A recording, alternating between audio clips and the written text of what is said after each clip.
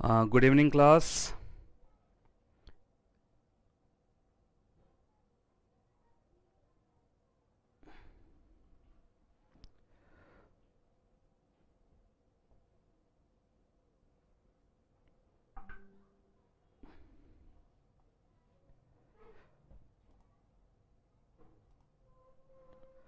Uh,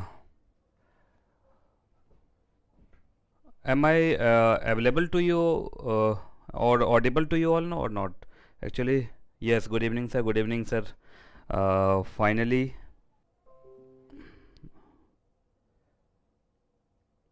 from where I have to check the. Okay. From where I have to check the. Okay okay चलिए अब start करते हैं ना। चलिए जी। तो सबसे पहले आज का जो हमारा लाइव सेशन है वो है सीएस प्रोफेशनल के बच्चों के लिए for the subject of CR, है ना। सीआर के अंदर जो अमेंडमेंट्स हैं, आप जानते हैं सीआर के अंदर बेसिकली दो बड़े बड़े चैप्टर्स होते हैं। The first is merger and amalgamation and the second is IBC. ये दो मेन पार्ट है सीआर के अंदर, है ना। टेक ओवर भी इंपॉर्टेंट है, लेकिन आईसीएसआई ने जो अपना मॉड्यूल डिवाइड किया हुआ है वो दो पार्ट में डिवाइड किया है। पहला जो मॉड्यूल उन्होंने दिया है, पहला पार्ट जो मॉड्यूल का है वो किसके ऊपर मर्जर एंड अमलगमेशन के ऊपर है। दूसरा जो है वो किसके ऊपर है, आईबीसी के ऊपर है ना। तो चलिए मैं जो अमेंडमेंट कराऊंगा वो लाइव अमेंडमेंट्स हैं। लाइव अमेंडमेंट्स का मतलब आईसीएसआई के वेबसाइट के ऊपर जो आईसीएसआई ने दिसंबर 2020 अटेम्प्ट के लिए जो उन्होंने सप्लीमेंट दिया है, वो सप्लीमेंट मैं लाइन बाय लाइन करवाऊंगा, है ना। तो चलिए सबसे पहले ढूंढते हैं कि सप्लीमेंट कहाँ पे है। अच्छा, एक बात और, ये सीएस प्रोफेशनल के बच्चों के लिए तो है ही एक्सक्लूसिवली, लेकिन इसमें जो टेक ओवर आएगा या मर्जर एंड अमलगमेशन आएगा, उसके जो अमेंडमेंट होंगे वो सीएस एग्जीक्यूटिव के बच्चों के लिए भी फायदेमंद होंगे। अब जैसे सीएस एग्जीक्यूटिव के कंपनी लॉ में मर्जर एंड अमलगमेशन है, सीएस एग्जीक्यूटिव के अंदर सिक्योरिटी लॉ के अंदर आपका टेक ओवर है, एंड उसके बाद IBC CS executive module first के अंदर एसबीसी के अंदर है ना।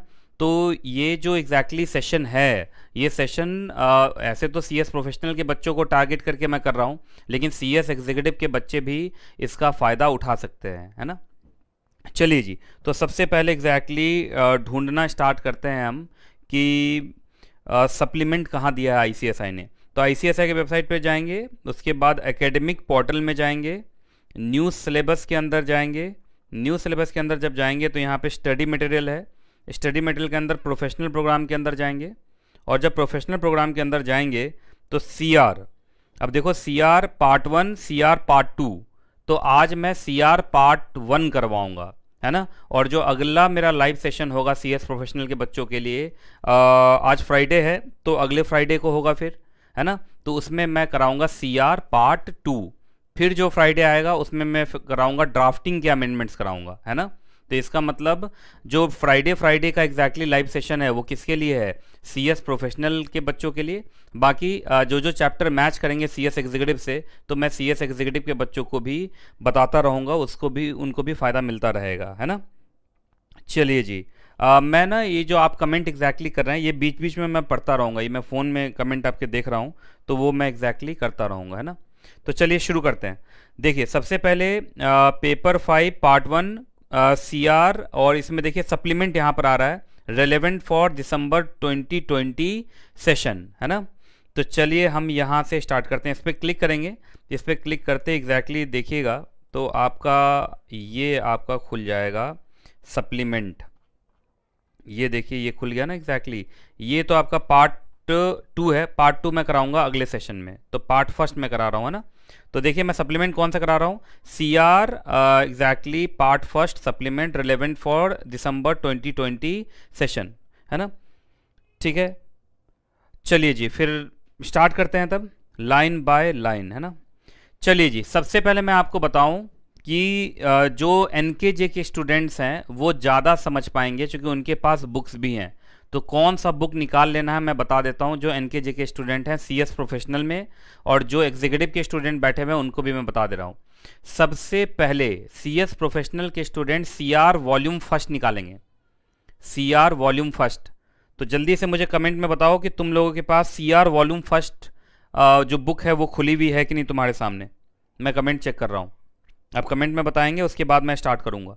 और जो सीएस एग्जीक्यूटिव के स्टूडेंट हैं वो अभी सिक्योरिटी लॉ का चैप्टर एग्जैक्टली ओपन करेंगे, सिक्योरिटी लॉ के अंदर टेक ओवर का चैप्टर ओपन करेंगे वो, ठीक है। तो चलिए मैं स्टार्ट करूं फिर। चलिए, भारती जैन ने कह दिया एग्जैक्टली यस सर, तो भारती जैन ने ग्रीन सिग्नल दे दिया है। तो चलिए अब हम स्टार्ट करते हैं ना। तो बुक कौन कौन से है, सीआर के बच्चों का सीआर वॉल्यूम फर्स्ट, और सबसे पहले जो चैप्टर आ रहा है वो चैप्टर क्या आ रहा है, सेबी सैस्ट रेगुलेशन, है ना। तो सेबी टेक ओवर, मतलब टेक ओवर चैप्टर निकालेंगे वो। और सिक्योरिटी लॉ सीएस एग्जीक्यूटिव के अंदर जो है वो भी टेक ओवर का चैप्टर निकाल के रखेंगे। तो चलिए शुरू करते हैं, है ना। चलिए जी, सबसे पहला एग्जैक्टली अमेंडमेंट। देखो, सबसे पहला अमेंडमेंट क्या है, securities and exchange board of India substantial acquisition of shares and takeovers amendment regulation 2020। और ये कब नोटिफाई हुआ, 16 जून 2020 को। इसका मतलब दिसंबर में ये अप्लीकेबल है ना। 30 जून तक के अमेंडमेंट आएंगे ना दिसंबर में। चलिए, सबसे पहले अमेंडमेंट कहाँ पर है वो मैं बता दे रहा हूँ, रेगुलेशन 3 सब रेगुलेशन 2। और ये जो भी एनकेजे के स्टूडेंट हैं उनको मालूम है ये क्या है, बताओ। ये है क्रेपिंग एक्विजिशन, है ना। चलिए मैं एक बार बुक खोल के भी दिखा देता हूँ, है ना। देखिए, ये टेक ओवर चैप्टर मैंने खोला है। मेरा जो टेक ओवर चैप्टर है वो पहले takeover of unlisted company, फिर क्या है takeover of listed company. तो जल्दी जल्दी पहले क्या खोलेंगे, takeover of listed companies, है ना। Takeover of listed companies के अंदर जब जाएंगे तो देखिए अभी हम रेगुलेशन 3 पे पहुंचते हैं। मैं धीरे धीरे चल रहा हूँ, आप जल्दी जल्दी देखिए। राजीव वर्मा ने बहुत बढ़िया आंसर किया, क्रीपिंग एक्विजिशन उन्होंने लिखा एग्जैक्टली।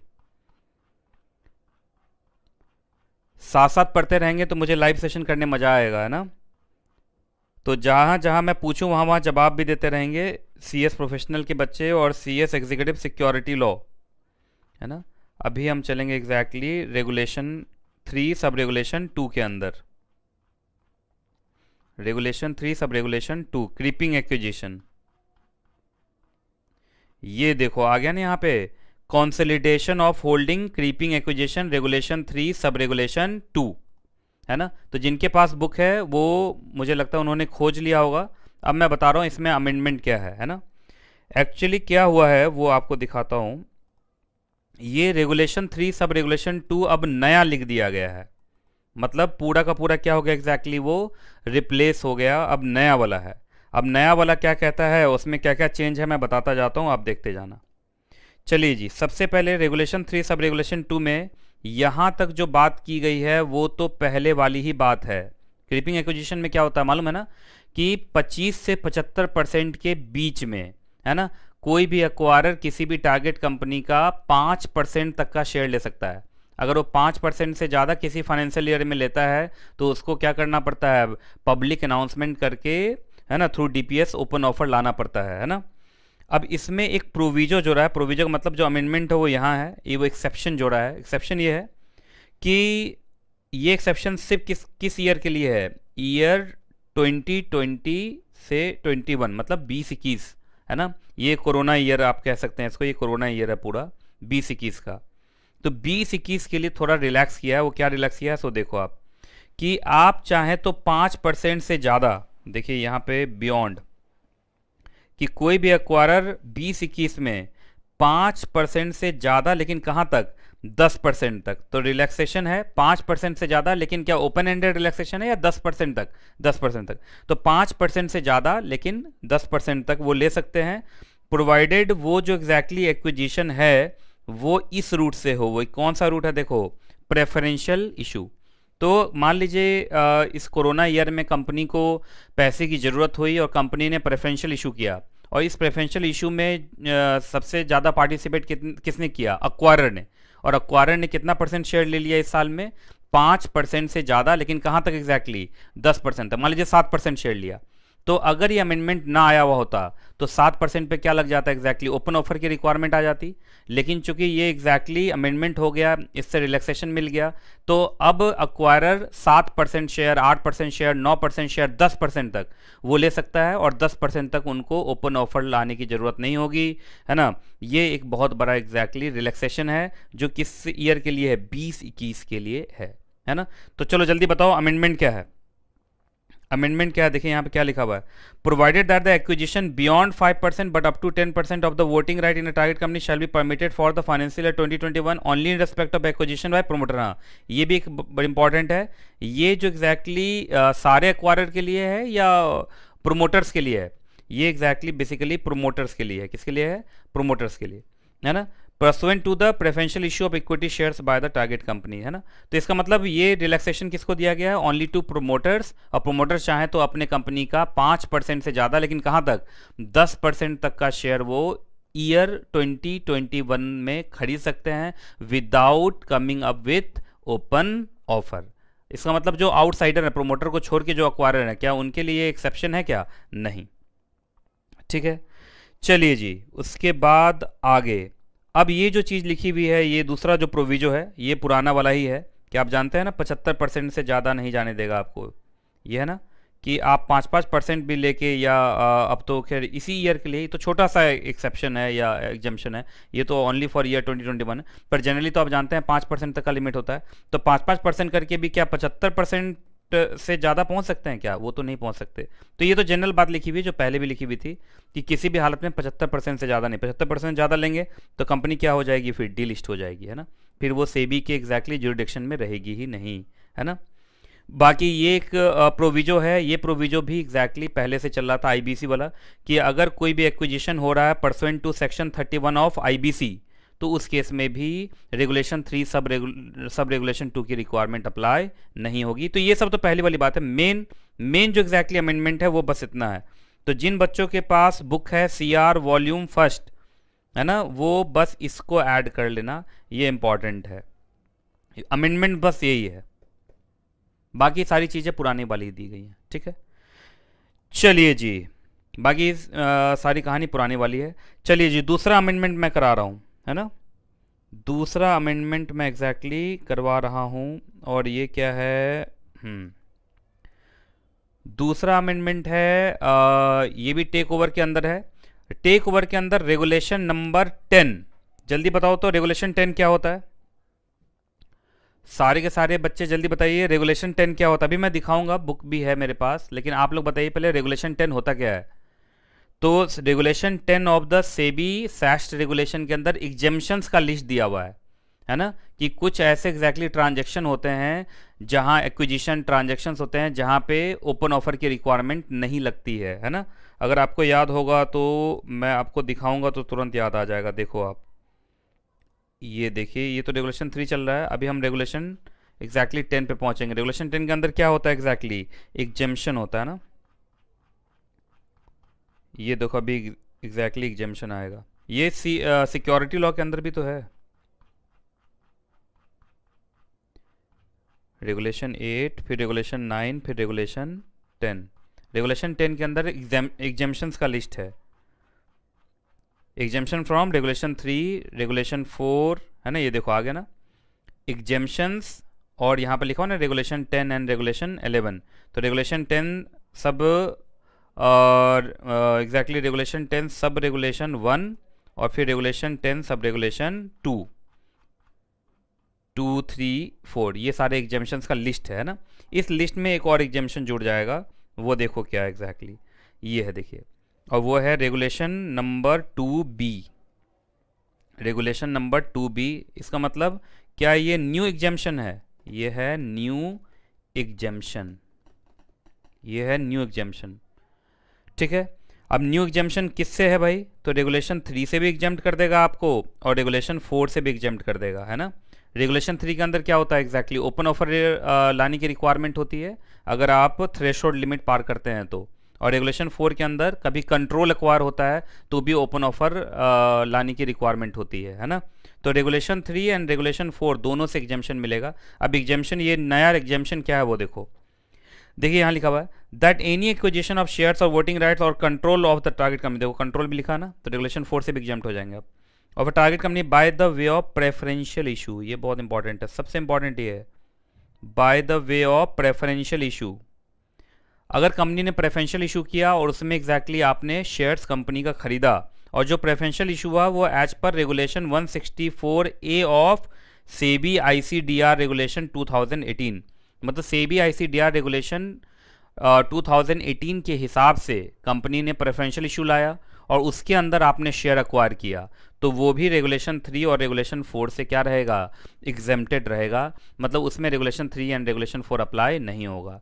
तो ये एक न्यू एग्जाम्शन है। तो जिन बच्चों के पास बुक है तो regulation 10 sub regulation 1, regulation 10 sub regulation 2, इसमें एग्जैक्टली एक और एग्जाम्शन वो जोड़ लेंगे, रेगुलेशन 10(2)(b। अब उसमें बस ये लिखा हुआ है कि कोई भी अक्वायरर अगर शेयर अक्वायर किया है, कब अक्वायर किया, जब कंपनी ने क्या किया था, प्रेफरेंशियल इशू, और प्रेफरेंशियल इशू कंपनी ने किया था as per regulation 164A of SEBI ICDR regulation. In that case अगर आप अक्वायरर हैं और शेयर खरीद रहे हैं तो उस केस में रेगुलेशन 3 एंड रेगुलेशन 4 अप्लाई नहीं होगा, है ना। और इस वाले एग्जेम्पशन का फ़ायदा ऐसी लिस्टेड कंपनी से केस में भी मिलेगा जिनके शेयर्स क्या हैं, इनफ्रीक्वेंटली ट्रेडेड हैं, है ना। देखो लिखा ना, the above exemption from open offer shall also apply to the target company with infrequently traded shares. अब जानते हैं जो इनफ्रीक्वेंटली ट्रेडेड शेयर्स वाली कंपनी होती हैं वो होती तो लिस्टेड ही हैं, लेकिन बहुत जगह सेबी टेक ओवर कोड में उसको ट्रीट किया जाता है जैसे वो अनलिस्टेड ही हो, है ना। लेकिन यहाँ पर याद रखिएगा ये एग्जेम्पशन जो फ़ायदा है ये दोनों ही तरीके की लिस्टेड कंपनी के लिए है, जो ऐसी लिस्टेड कंपनी जिसके शेयर्स फ्रीक्वेंटली ट्रेडेड हैं उनके लिए भी, और ऐसी लिस्टेड कंपनी जिसके शेयर्स इनफ्रीक्वेंटली ट्रेडेड हैं उनके लिए भी। मतलब सीधा समझिए, लिस्टेड कंपनी के केस में अगर वो लिस्टेड कंपनी प्रेफरेंशियल इशू लाई as per regulation 164A of SEBI ICDR regulation 2018, तो उस केस में आपने शेयर्स खरीदा तो लिमिट अगर क्रॉस वॉस भी कर जाता है तो भी आपको open offer under regulation 3 and regulation 4 लाने की ज़रूरत नहीं है, ठीक है।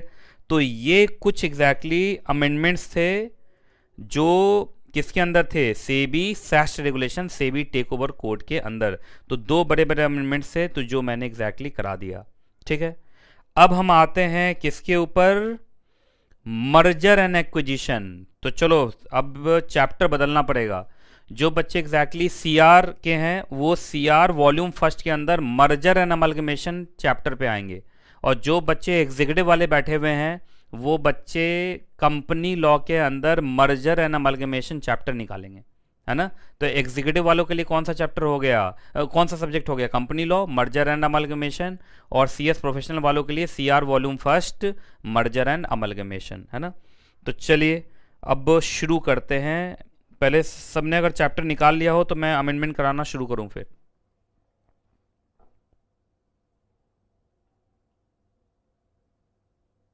ठीक है, चलिए जी, शिवानी जैन ने बोल दिया ओके सर, तो फिर स्टार्ट किया जाए, इसका मतलब है ना। जो जो बच्चे मेरे साथ पढ़ रहे हैं अगर वो कुछ लिखेंगे तो मैं उनका नाम भी बोलता जाऊंगा, है ना। अब जैसे प्रखर भारद्वाज ने लिखा एनके जैसा डॉग्स, अच्छा। उसके बाद श्वेता पाल ने लिखा सर असल में बस रेगुलेशन 4 तक है, अच्छा कोई बात नहीं है ना। आप मैं तो पूरा रेगुलेशन ही बोल रहा हूँ, आपको समझ में आ जाएगा। उसके बाद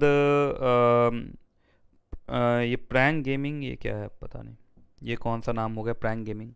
एक बच्चा लिखा this is not in executive this is for professional, कोई बात नहीं, सुनते रहिए, छोटे छोटे अमेंडमेंट्स हैं, याद कर लोगे ज़्यादा अच्छा है ना। चलिए युक्ता राणा ने लिखा यस सर खोल ली बुक, चलिए स्टार्ट करते हैं फिर, है ना। Process of merger and amalgamation, process of merger and acquisition के अंदर जिस सेक्शन के अंदर एग्जैक्टली नई चीज़ें हैं वो क्या है, वो सेक्शन 230। तो चलिए सबसे पहले सेक्शन 230 में आइए। सेक्शन 230 में आएंगे हम ऐसे, ये देखो आपको दिखाता हूँ।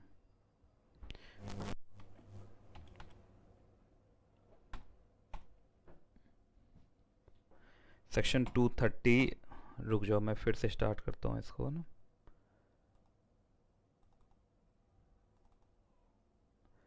सेक्शन 230 ना,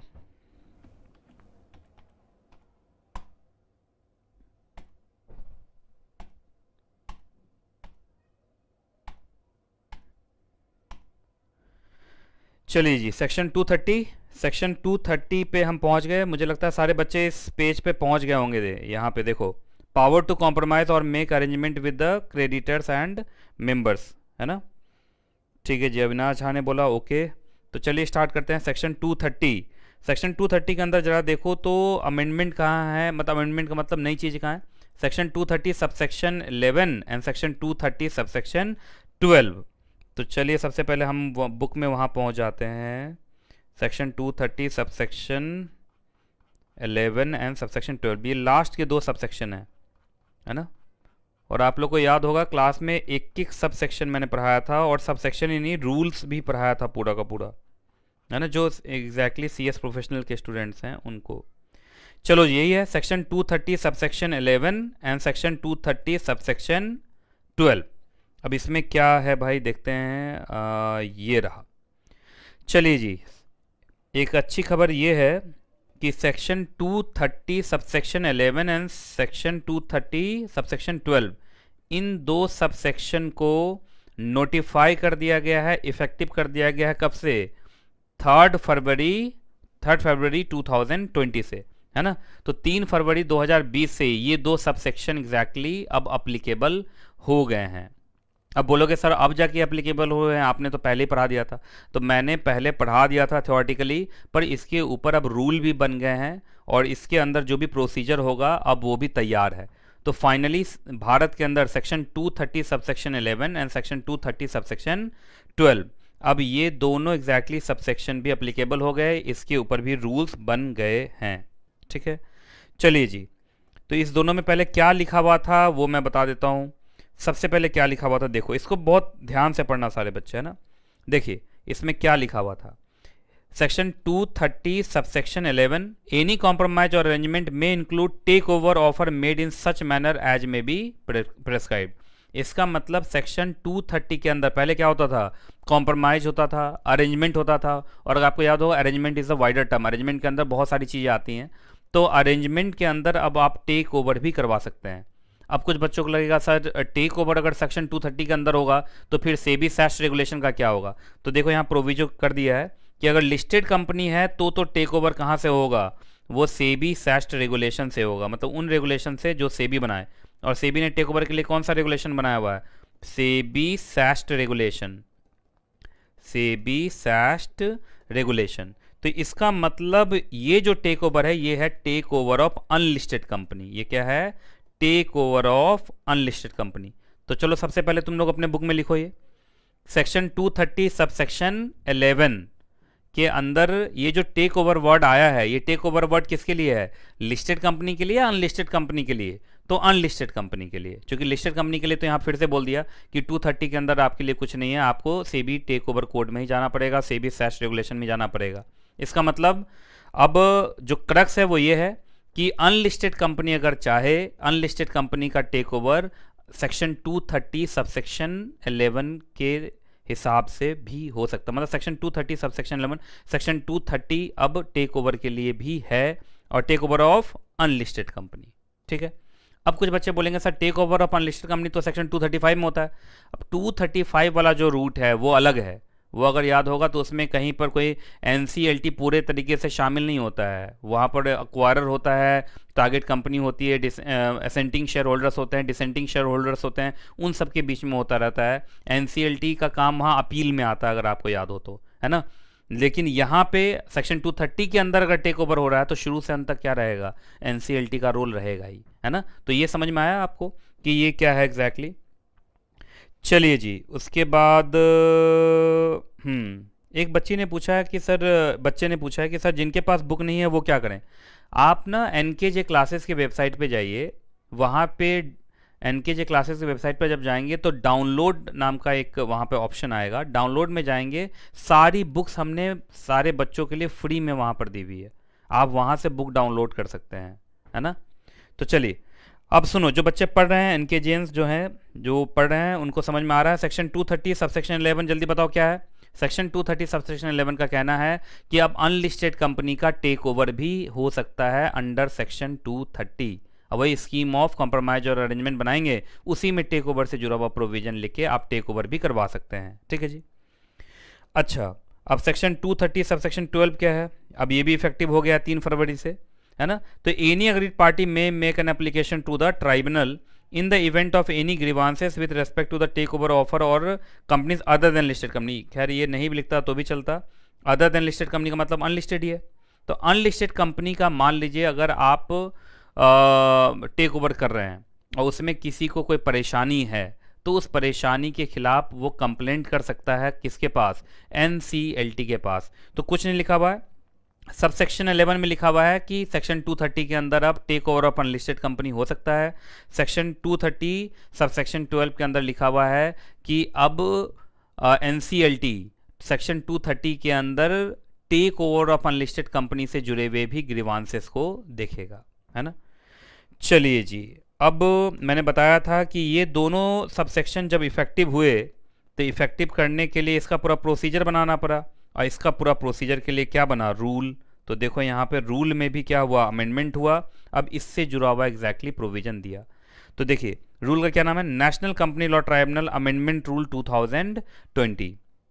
अब अमेंडमेंट करके कुछ और भी प्रोसीजर जुड़े गए होंगे, जो प्रोसीजर किसके लिए एग्जैक्टली, वो प्रोसीजर हैं। अच्छा अब रूल कौन सा जोड़ा गया, सो देखो पहले रूल जोड़ा गया new rule 80A, rule 80A जोड़ा गया। अच्छा 80A किसके ऊपर एग्जैक्टली, सेक्शन 230 सबसेक्शन 11 और सेक्शन 230 सबसेक्शन 12।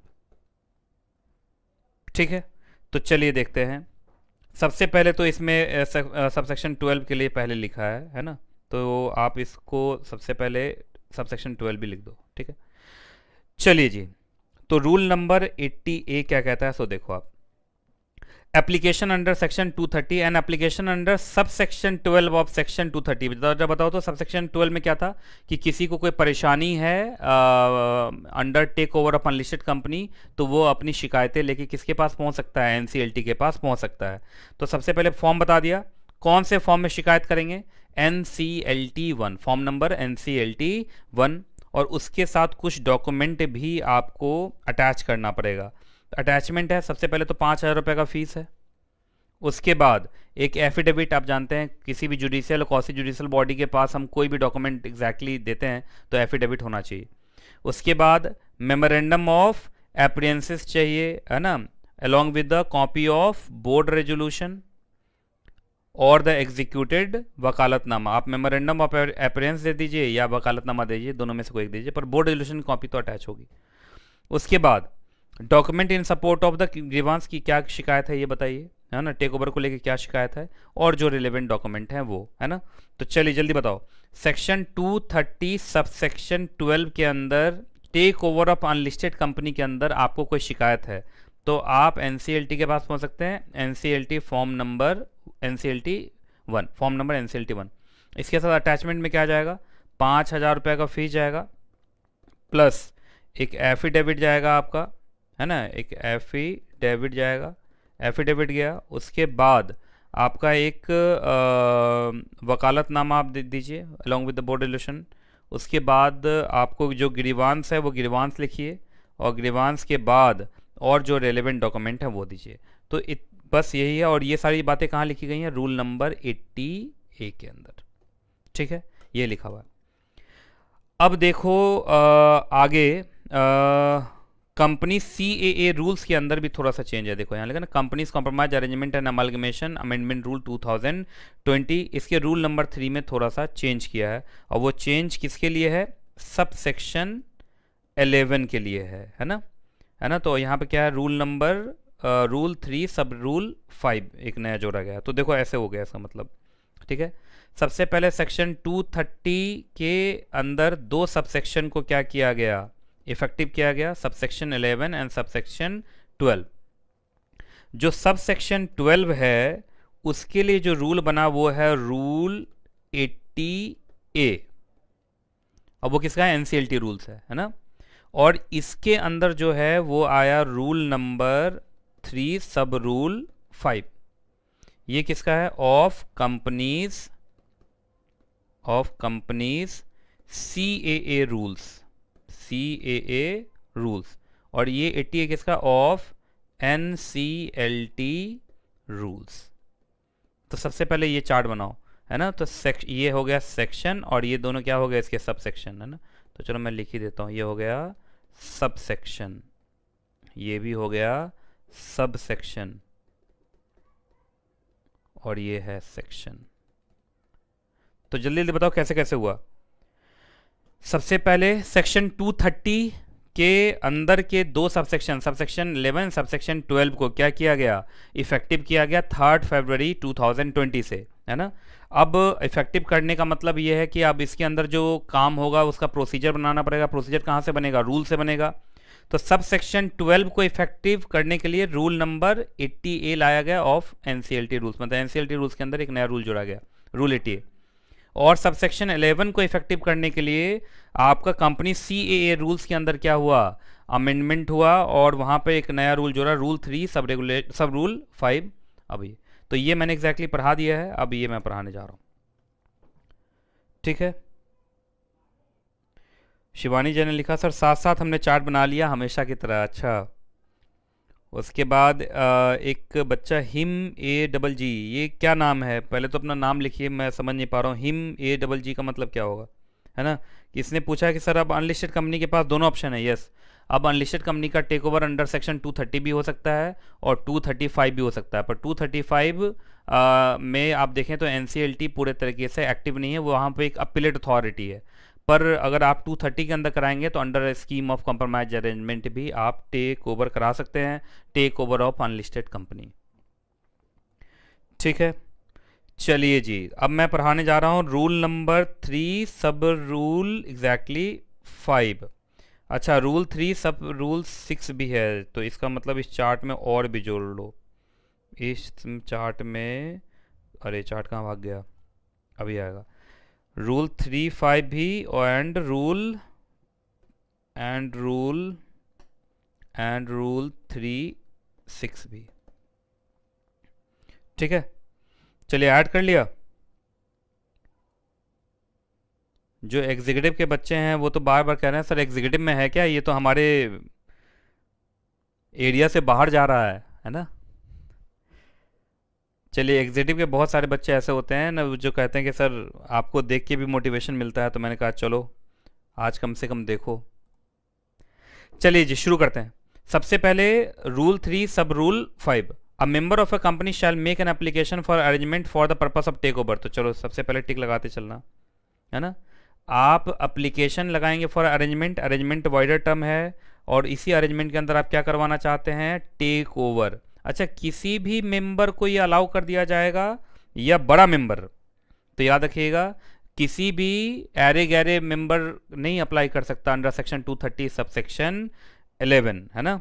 वो बड़ा मेंबर होना चाहिए। देखो यहाँ पे लिखा हुआ है when such member along with any other member, है ना, holds not less than 3/4 of the share. मतलब ये छोटा मोटा है या बड़ा शेयर होल्डर है, बड़ा मेंबर है, ये बड़ा एग्जैक्टली मेंबर है ना। तो याद रखिएगा मेंबर का मतलब यहाँ पर क्या है, member holding at least 3/4 of the share, मतलब 75% शेयर उसके पास पहले से है। अच्छा, अकेले अकेले या और भी, जैसे 4 लोग मिल के 75% है, तो 4 लोग मिल के 75% है तो वो भी चलेगा। तो अकेले अकेले भी और लोगों के साथ मिल के भी, मतलब मेंबर का जो एलिजिबिलिटी रिक्वायरमेंट है वो मेंबर्स कितने होने चाहिए, कम से कम उतने मेंबर्स होने चाहिए जिनके पास कितने शेयर्स हो कंपनी के, 75% शेयर्स। तो वही सेक्शन 230 सब सेक्शन 11 का रूट पकड़ सकता है। छोटा share holder exactly section 230 sub section 11 का रूट नहीं पकड़ सकता है। अब बात ये आ रही है कि इसके पास ऑलरेडी 75% शेयर है या उससे ज़्यादा शेयर है, तो वो अगर टेक ओवर कर रहा है अपने अनलिस्टेड कंपनी को, तो इसका मतलब वो जो रिमेनिंग शेयर्स है उसको अक्वायर कर रहा है। तो ऑब्जेक्टिव क्या है, for acquiring any part of the remaining shares. तो 75% शेयर्स या उससे ज़्यादा उसके पास पहले से है, और बाकी बचा हुआ जो शेयर्स है उसको अक्वायर करने के लिए वो सेक्शन 230 सब सेक्शन 11 का इस्तेमाल कर रहा है। अगर आपको याद हो बच्चा, अगर ठीक से पढ़े हो तुम लोग, तो 235 का भी इस्तेमाल कर सकता हो, है ना। 235 में आपने देखा होगा कि फिर उसमें कुछ कुछ रुकना पड़ता है, 2 महीने का नोटिस दिया, फिर रुका, फिर देखा, फिर आगे बढ़ा, तो प्रोसेस थोड़ा सा लंबा चौड़ा हो जाता है। यहाँ पर तो एक बार NCLT का अप्रूवल आएगा स्कीम के ऊपर और फिर वो टेक ओवर हो जाएगा अनलिस्टेड कंपनी का, है ना। तो जल्दी बताओ सेक्शन 230 सबसेक्शन 11 के अंदर takeover of unlisted company का जो एप्लीकेशन है वो कोई भी मेंबर लगा सकता है, कोई भी एक्वायरर लगा सकता है, या कम से कम उसके पास 75% शेयर्स होने चाहिए, कम से कम 75% या उससे ज़्यादा, है ना। तो मान लीजिए किसी के पास 80% शेयर है तो वो सेक्शन 230 सबसेक्शन 11 का इस्तेमाल कर सकता है। और सेक्शन 230 सबसेक्शन 11 का इस्तेमाल करके अगर आपके पास पहले से 80% शेयर्स हैं तो आप बाकी 20% शेयर्स भी खरीदने का सोच रहे हैं, तभी तो टेक ओवर होगा। ठीक है जी। चलिए, शेयर्स का मतलब सिर्फ इक्विटी शेयर्स या हर वो शेयर जिसमें वोटिंग राइट्स हैं? तो हर वो सिक्योरिटीज़ जिसमें क्या एग्जैक्टली वोटिंग राइट है। अब वो इक्विटी शेयर तो है ही, बस इक्विटी शेयर्स के साथ जैसे depository receipt ADR GDR convert होता है मान लीजिए, तो वो सब मतलब कोई भी ऐसा एग्जैक्टली सिक्योरिटी जिसमें वोटिंग राइट हो, इक्विटी शेयर तो है ही, उसके अलावा भी वो सब भी यहाँ पे शेयर्स ही माने जाएंगे। बाकी एक बात बताओ, शेयर ज़बरदस्ती किसी स्टैचुटरी और रेगुलेटरी रिक्वायरमेंट के थ्रू खरीदा जा रहा है तो भी क्या ये सेक्शन वैक्शन अप्लाई होगा? तब ये सब सेक्शन अप्लाई नहीं होगा। बोलेगा nothing in this sub rule shall apply to any transfer transmission of shares through a contract arrangement और succession as the case may be, और any transfer made in pursuance of statutory और regulatory requirement. जैसे IBC है for example, आप चाहें तो लिख सकते हैं। अब आईबीसी के अंदर किसी भी कंपनी का डिवाइबल रिहेबिलिटेशन करने के लिए उसके शेयर्स खरीदे जा रहे हैं तो वहाँ तो आप जानते हैं एग्जेम्पशन मिल जाता है। आईबीसी जहाँ चलता है वो ओवरराइडिंग इफेक्ट के साथ चलता है ना। चलिए जी, बाकी अब रेगुलेशन मुझसे निकला रूल 3 सब रूल 6 थोड़ा सा और आगे बढ़ेगा। अब ये प्रोसीजर बताएगा। अब सेक्शन 230 सबसेक्शन 11 सेक्शन 230 सबसेक्शन 11 के अंदर जो एप्लीकेशन लगाओगे तो उसके साथ क्या क्या अटैचमेंट होगा? सबसे पहले एक रजिस्टर्ड वैल्यूअर से एक रिपोर्ट लेके आना पड़ेगा। वो कौन सा रिपोर्ट होगा एग्जैक्टली? Valuation report. किस चीज़ का वैल्यूएशन कराएंगे? शेयर्स का। कौन सा शेयर्स? जिसको आप अक्वायर करना चाहते हैं। अब मान लो 75% शेयर्स आपके पास ऑलरेडी, तो उसका वैल्यूएशन थोड़ी कराओगे। जो बाकी बचे हुए 25% शेयर्स हैं जो तुम खरीदना चाह रहे हो उस अनलिस्टेड कंपनी का, उस शेयर्स का क्या वैल्यू बनता है ना, उसका उसके ऊपर एक रजिस्टर्ड वैल्यूअर का वैल्यूएशन रिपोर्ट चाहिए, है ना। बाकी रजिस्टर्ड वैल्यूअर जो वो रिपोर्ट बनाएगा, वो रिपोर्ट बनाते समय वो इन बातों का ध्यान रखेगा, है ना। ठीक है जी। अब देखिए रजिस्टर्ड वैल्यूअर क्या क्या एग्जैक्टली ध्यान रखेगा। सबसे पहला, उसी शेयर्स को लेने के लिए पिछले 12 महीने में और लोगों ने भी बिड किया होगा तो, या और लोगों ने भी उसी कंपनी के शेयर्स खरीदे होंगे तो उसी कंपनी के शेयर्स को खरीदने के लिए जो पिछले 12 महीने में प्राइस पे हुआ उसमें से सबसे हाईएस्ट प्राइस। मान लीजिए यहाँ पे एग्जैक्टली ये हमारा डेट है, इससे आप चले जाइए 12 महीने पीछे। मान लीजिए 12 महीने पीछे गए तो यहाँ पर हुआ। अब यहाँ पे उसी कंपनी का शेयर 16 रुपये में खरीदा गया था, उसी कंपनी का शेयर एक बार 18 में खरीदा गया था, उसी कंपनी का शेयर एक बार 14 रुपये में खरीदा गया था, उसी कंपनी का शेयर एक बार 13 रुपये में खरीदा गया था। ज़रा बताओ तो पिछले 12 महीने में सबसे ज़्यादा कब पे हुआ? 18। तो सबसे पहला जो फैक्टर है वो यहाँ पर क्या आ गया? 18। उसके बाद सेकेंड जो है पैरामीटर वो फेयर प्राइस ऑफ शेयर। अब fair price of share valuer निकालेगा आफ्टर टेकिंग इनटू कंसिडरेशन जैसे return on net worth, book value of shares, earning per share, price earning multiples, इन सबको देखिए। अब मान लीजिए ये आया एग्जैक्टली 10 रुपया मान लीजिए आया, ठीक है। तो इस केस में अगर देखा जाए तो रजिस्टर वैल्यूअर जो अपना वैल्यू देगा वो आपको, मुझे लगता है वो क्या बना के देगा कि नहीं इस कंपनी के शेयर्स का वैल्यू क्या है? 18 रुपया है ना, जिससे कि कंपनी को नुकसान ना हो, है ना। उसके बाद तो एक तो पहला आपको एक रजिस्टर्ड वैल्यूअर का रिपोर्ट चाहिए, दूसरा एक और डॉक्यूमेंट चाहिए। और दूसरा कौन सा डॉक्यूमेंट है? सो देखो, दूसरा चाहिए आपको जो अक्वायरर है जो शेयर खरीदना चाह रहा है, मतलब बाकी शेयर जो उसके पास 75% शेयर पहले से है, बाकी शेयर वो खरीदना चाह रहा है, तो बाकी शेयर वो खरीदेगा तो वो शेयर खरीदने के लिए उसको पैसा पे करना पड़ेगा। तो उसका हाफ पैसा उसको पहले से ही एक बैंक अकाउंट में रखना पड़ेगा। ये एक तरीके का आप समझ लो एस्क्रो अकाउंट है। क्या है? Escrow account. तो एस्क्रो अकाउंट का डिटेल देना पड़ेगा। एस्क्रो अकाउंट में कितना पैसा रखना पड़ेगा? हाफ। जैसे मान लीजिए बाकी बचे हुए 25% शेयर्स को खरीदने के लिए मान लीजिए 25 लाख रुपया खर्च हो जाएगा, तो 25 लाख का आधा कितना हो गया? 12.5 लाख। तो 12.5 लाख रुपये इसमें पहले से जमा होना चाहिए। बाकी फिर वही यहाँ भी एप्लीकेशन फ़ीस कितना एग्जैक्टली? 5,000 रुपया है ना। तो ये एग्जैक्टली सारा का सारा अमेंडमेंट था जो आईसीएसआई ने अपने सप्लीमेंट में दिया था फॉर दिसंबर 2020 एग्जाम। किस सब्जेक्ट के अंदर? सीआर। अभी मैंने सीआर के अंदर सिर्फ पार्ट 1 कराया है। सीआर के का जो पार्ट 2 है जो आईबीसी के ऊपर है वो मैं अगले फ्राइडे को कराऊंगा, ठीक इसी टाइम पे 8 बजे, है ना। तो चलिए, ये छोटे मोटे अमेंडमेंट्स हैं। आज पहला एग्जैक्टली मेरा लाइव सेशन था तो मैं ज़्यादा नहीं कराया आज मैंने, क्योंकि बच्चों को नहीं पता था कि बुक लेके कैसे बैठना है, सर कैसे कराने वाले हैं, ये सब नहीं पता था, तो आज मैंने ज़्यादा नहीं कराया है। तो जो अगला सेशन होगा फ्राइडे को सीएस प्रोफेशनल के बच्चों के लिए, उसमें वो सीआर वॉल्यूम 2 लेके आएंगे और सीएस एग्जीक्यूटिव के बच्चे एसबीईसी लेके आएंगे, क्योंकि मैं आईबीसी का सारा अमेंडमेंट कराऊंगा। ठीक है जी। चलिए, अब मैं एक एक करके पढ़ लेता हूँ बच्चे क्या क्या कमेंट लिखे हैं, है ना। उसके बाद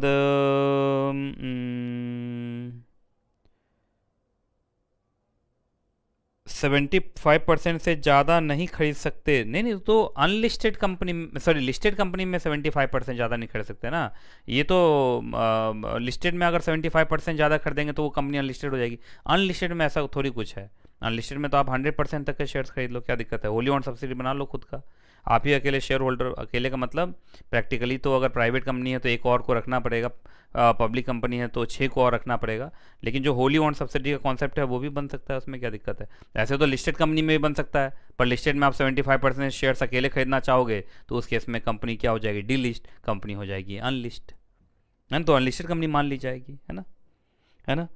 चलिए जी, अब बच्चे की भूख बढ़ती जा रही है। सब कह रहे हैं सर आरसीडी एनसीआर का भी करा दो amendment, corporate funding and listing की अमेंडमेंट भी करवा दो, है ना। एक भारतीय जन लिख रही है बहुत अच्छा लगा इतने टाइम बाद आपसे पढ़कर, है ना। चलिए, अच्छा, ये सब